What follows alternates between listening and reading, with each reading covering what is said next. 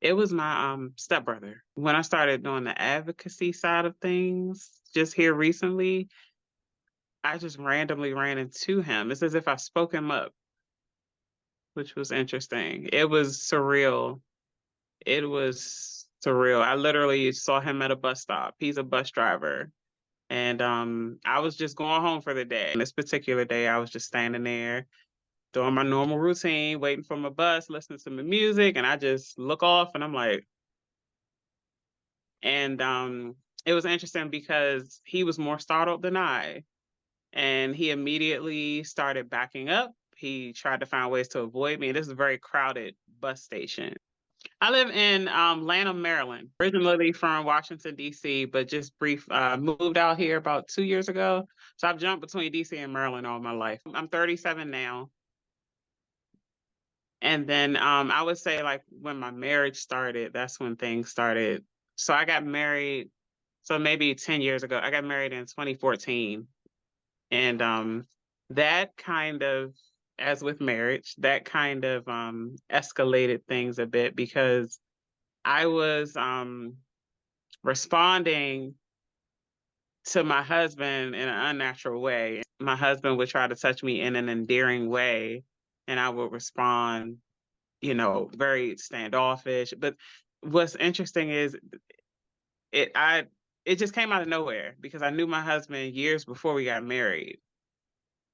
And Uh-huh. so it wasn't as if I was just getting to know his touch for the first time, Uh-huh. but everything just started coming to a head. And as a result, you know, I, when I would lash out, that's what I say. And lash out would mean he might put his hand on my shoulder and I may, shrug away or irritation. Just, I didn't want to be touched. I didn't want to be consoled. And that led him to suggesting I need to go talk to somebody.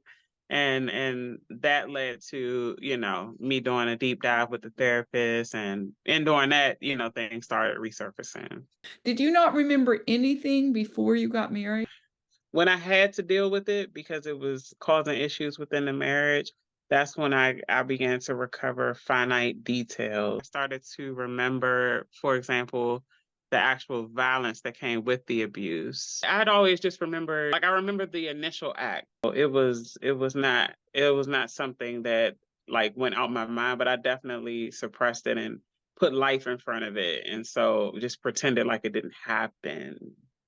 That's the way I see it, as like a lost memory. But like I said, once I got married in 2014, I was 26 when I got married.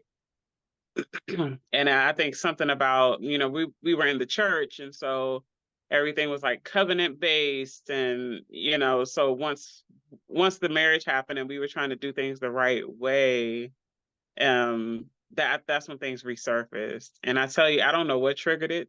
I really don't. I just know that um, I would respond to my husband in a negative way when he would try to touch me, and it would be minor, simple, endearing touches, and it was only him because not only did my abuser sexually assault me, he had a hold or a power over me with physical abuse as well. I was 6 years old. My parents they were meeting each other for the first time, and all the kids were upstairs. So there was older the my abuser was my older stepbrother. He said, "Let's play house."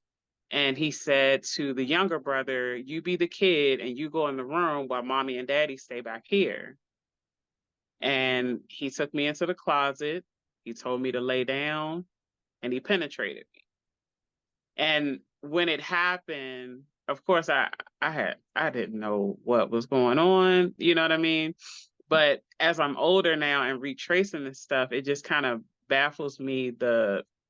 He had a sense of like what to say, what to do. Like he was groomed to do. Like he couldn't have like done that for the first time that day. And I was the only one coming in from my dad's side, so I was kind of groomed to be a good girl and not cause any trouble. And so I felt like if I unearthed this would this would be the ultimate betrayal. Like, but I was always told to be quiet in different ways, not necessarily just attached to the abuse, but in other areas too. And so it was like I was taught to just be mute. Did you ever tell your dad? I didn't have the heart to. My okay, so another piece. My mom passed when I was 4. 2 years later, my father remarried with this family, right? And so when I was born to older parents. So I was never really around kids. So I was the child that was grown before her time mentally, right? So when my parents got married, and I'm speaking of stepmother and dad, there were a bunch of side conversations to me from other family members that I was basically to like be grateful that, I think you know where I'm going with this. Be grateful that, someone agreed to raise you. Don't cause any problems. Mind you, I'm 5, 6 years old. Don't cause any problems. So I went into it with that mindset, and my therapist tells me that I basically parented my dad. Like in the dynamics, I was the parent.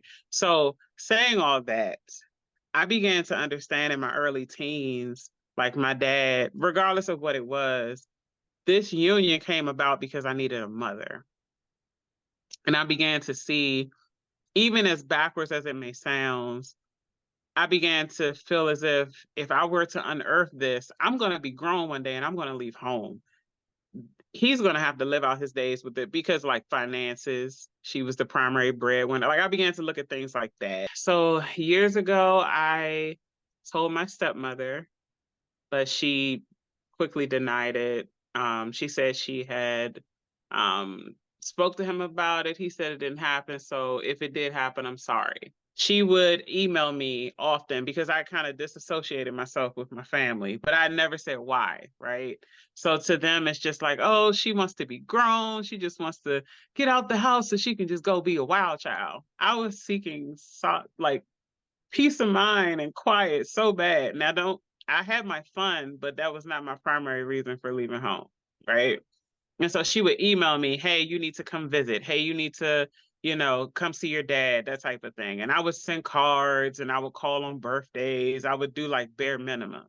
And she just would pester me, and she would email me at work. So this particular day, she called me on the day where I just couldn't take it. And so I listed out every reason I left home. I said, "This is what you perceive is what happened, but this is what happened. Your son did this for this long." I mean, I spelled it out because I've been harboring this, and I gave her the day of the act and all that. And it took her a day to respond. But when she finally responded, she said, "I talked to him. He said it didn't happen. But if it did, I'm sorry."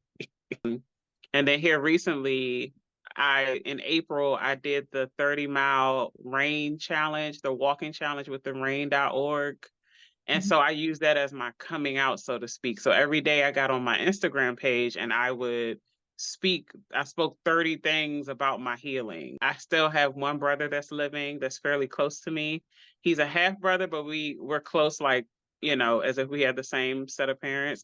And so I had to tell him for the sake of, I didn't want him to find out on a social media platform. My dad was married 3 times, so he was the older family. I never grew up with him, so to speak. He had always been around. I had 2 older brothers like that. One passed, and the other is the one that I finally told him about it.